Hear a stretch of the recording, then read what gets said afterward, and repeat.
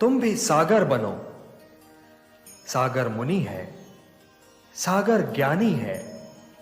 तुम भी ज्ञानी बनो पार्थ, क्योंकि ज्ञान ही उत्तम है।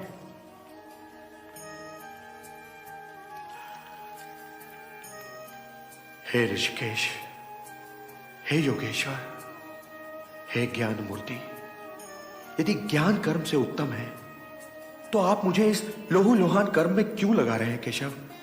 आप मुझे इस लोहुलोहान कर्म में क्यों लगा रहे हैं?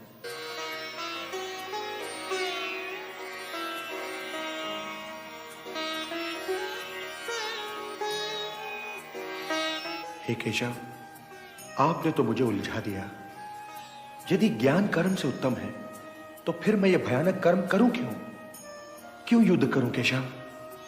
क्यों न मुनि बनकर मौन समाधि में चला जाऊं? मैं कल्याण का मार्ग पूछ रहा हूं केशव। कृपया मुझे मार्ग दिखलाइए केशव, मुझे मार्ग दिखलाइए। लोकेस्मिन् द्विविधा निष्ठा पुरा प्रोक्ता मया नघ, ज्ञान योगेन सांख्यानाम कर्म योगेन योगिनाम। हे निष्पाप अर्जुन, संसार में दो प्रकार के लोग होते हैं, अंतर्मुखी और बहिर्मुखी। जो अंतर्मुखी होते हैं वे स्वयं के भीतर जाकर ईश्वर को देखते हैं, यही ज्ञान योग है। और जो बहिर्मुखी होते हैं वे स्वयं से बाहर निकलकर उसे प्राप्त करने का प्रयत्न करते हैं, किंतु कर्म से छुटकारा नहीं, क्योंकि स्वयं के भीतर जाकर उसे खोजना भी तो कर्म ही है। हे कुंती पुत्र, मार्ग तो यही दो हैं, एक ज्ञान योग का और दूसरा कर्म योग का। हे केशव, तो फिर मैं ज्ञान योग के ही मार्ग पर क्यों न चलूं? किंतु हे पार्थ, ज्ञान योग भी कर्म के त्यागने का मार्ग नहीं है, सिद्धि का मार्ग नहीं है, क्योंकि कर्म के बिना तो जीवन संभव ही नहीं। आंखें हैं तो वे अवश्य देखेंगी, पलकें हैं तो वे अवश्य झपकेंगी, कर्ण हैं तो वे अवश्य सुनेंगे।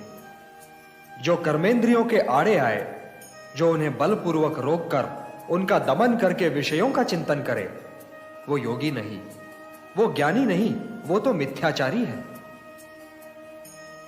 सिद्ध पुरुष इंद्रियों को अपने वश में करता है, उनका दमन नहीं करता पार्थ। वो आंखें बंद करके नहीं जीता। कर्म बिना तो शरीर की यात्रा संभव ही नहीं। व्यक्ति सांस तो लेगा ही ना पार्थ। यदि वातावरण में कोई सुगंध या दुर्गंध है तो वो उसका अनुभव करने के लिए भी विवश है। यदि उसके आसपास कोई नाद है, कोई ध्वनि है, कोई कोलाहल है, तो उसे सुनने के लिए उसके कर्ण उसके आदेश की प्रतीक्षा तो नहीं करेंगे ना। इसलिए जो अपने इंद्रियों को नियंत्रित रखे, जो उन पर अपनी चेतना का अंकुश लगाकर उन्हें